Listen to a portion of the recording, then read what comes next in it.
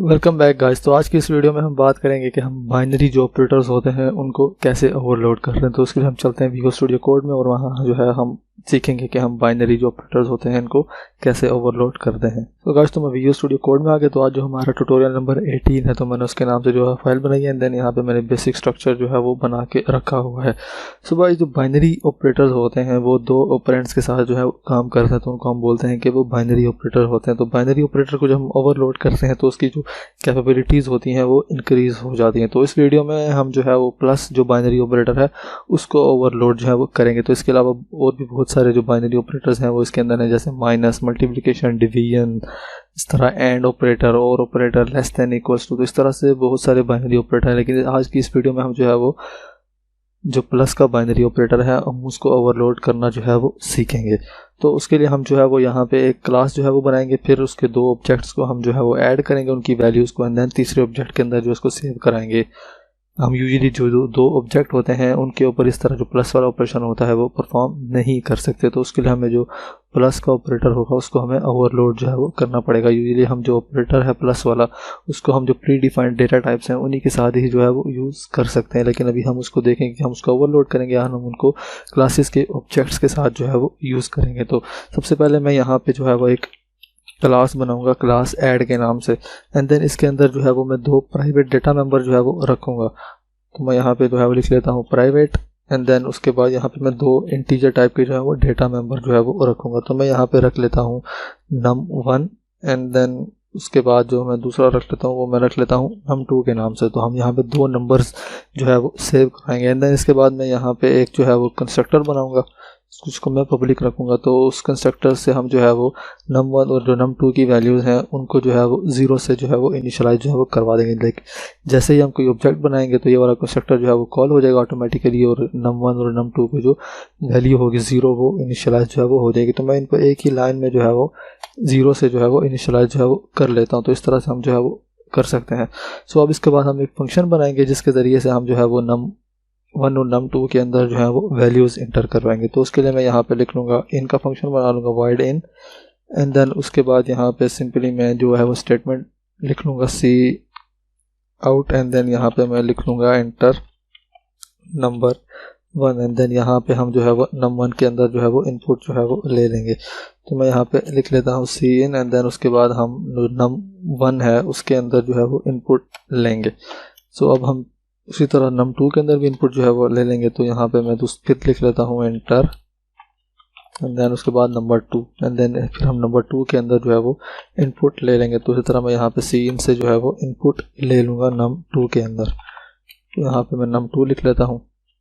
तो अभी हमारा जो इनपुट लेने वाला फंक्शन है वो बन गया। तो अब हमने इनकी वैल्यूज़ को दोबारा से जो है वो शो भी करवाना है। तो मैं उसके लिए यहाँ पे एक फंक्शन जो है वो बनाऊँगा void शो के नाम से, एंड देन सिंपली हम इनकी वैल्यूज़ जो है वो इसके अंदर जो है वो शो करवाएंगे। तो उसके लिए यहाँ पे मैं जो है वो कॉल कर लेता हूँ, एंड देन यहाँ पे मैं लिख लेता हूँ num1 इक्वल्स, एंड देन यहाँ पे मैं num1 को जो है वो कॉल कर लूँगा तो उसकी वैल्यू जो होगी वो शो हो जाएगी। तो मैं यहाँ पे लिख लेता हूँ num, एंड देन यहाँ पे मैं एंड एल भी जो है वो लगा देता हूँ नेक्स्ट लाइन में जाने के लिए।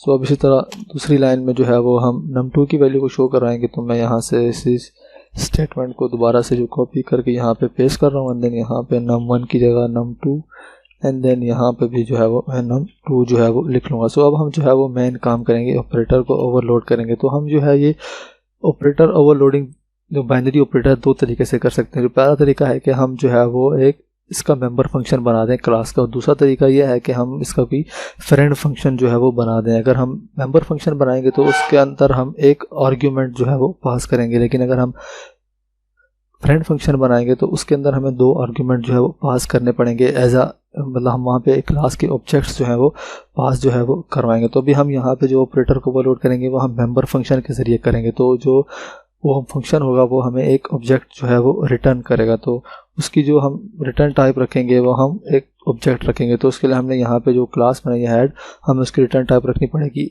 ऐड के, वो हमें एक ऑब्जेक्ट जो है वो रिटर्न करेगा। तो उसके बाद उसी तरह हम जो है वो ऑपरेटर जो है वो लिख लेंगे। तो मैं यहाँ पे लिख लेता हूँ ऑपरेटर, एंड देन इसके बाद हमने जो है वो प्लस ऑपरेटर जो है वो उसको ओवरलोड करना है। एंड देन ये वाला जो फंक्शन होगा ये है एक ऑब्जेक्ट एज अ पैरामीटर जो है वो लेता है।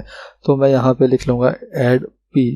तो हम यहाँ पे इसको ऐसा यूज़ करके फिर हम जो मेंबर होंगे उनको जो है वो एक्सेस करेंगे।